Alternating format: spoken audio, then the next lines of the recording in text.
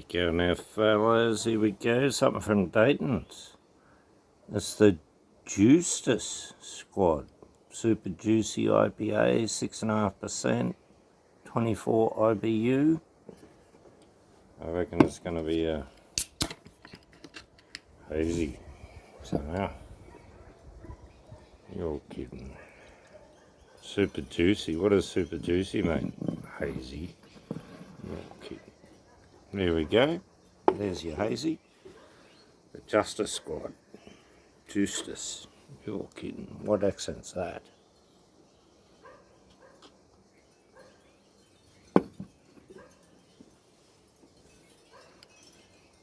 Well, you want to know what it tastes like? We all do. Even me.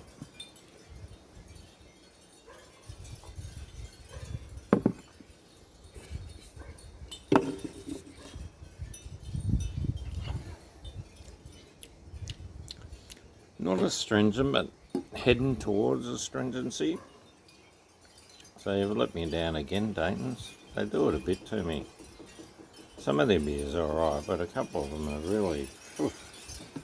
I think they experiment and go a little bit too far without having a malt backbone. A lot of breweries do that, and too much hops with not enough malt, and it becomes astringent. And that's where this is heading. I wouldn't say it's totally astringent, but it's, you know. And I've had beers 100 IBU. This one's only 24, and it's supposed to be a hop bomb or a super juicy. Yeah, anyway, that is what it was. $6.50. Didn't get a discount because I didn't buy half a dozen. Bought two. So fuck it. Just get two of these fucking expensive shitters. No, it's not bad. It's not a shitter. It's just not blowing me out of the water and going, yeah, that's gross, you know. I had a, was it an opium stout or something the other day? That was fantastic.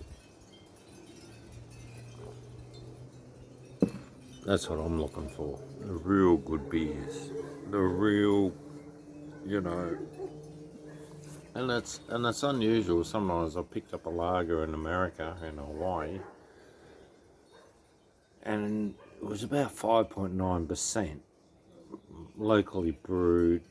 You know, like mainland, I think it was brewed, but COVID. No, it was beautiful, full strength lager, like with lots of flavour. It was quite complex. It was quite creamy, full flavoured though. It was just delicious. And they're the sort of things, you know, you just luck upon them sometimes. Like that, was it opium cake or something the other day? It was poppy and orange and poppy seed or something, whatever it was. It was really good. They're the things you're looking for in this world. One of my favourite cakes, orange and poppy seed.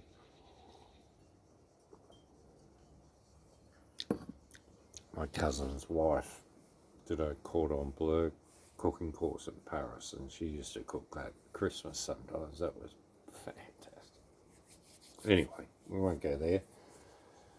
Tomatoes are over 3 metres, guys.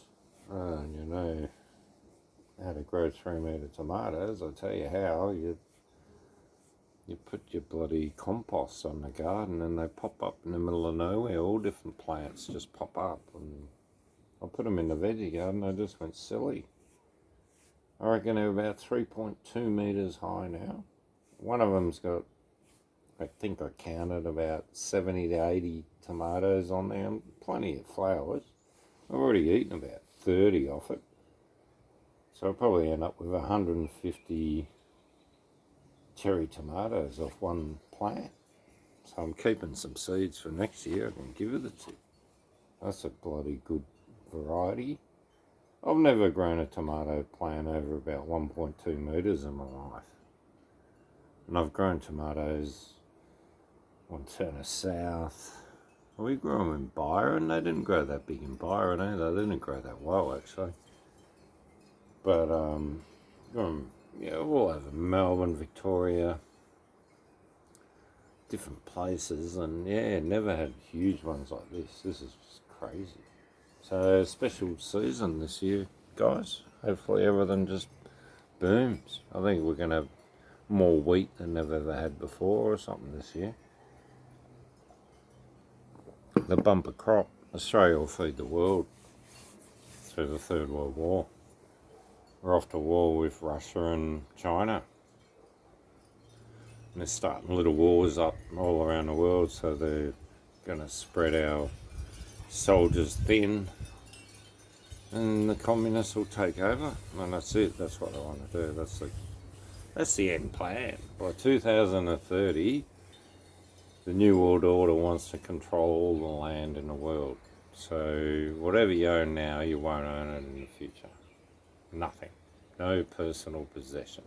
They can come in and take your suit, take your car, take your missus, take your kids, and you can't say anything about it. You're going to be happy, because this is what they did in China and Russia as a bit of a preliminary run to see if it works.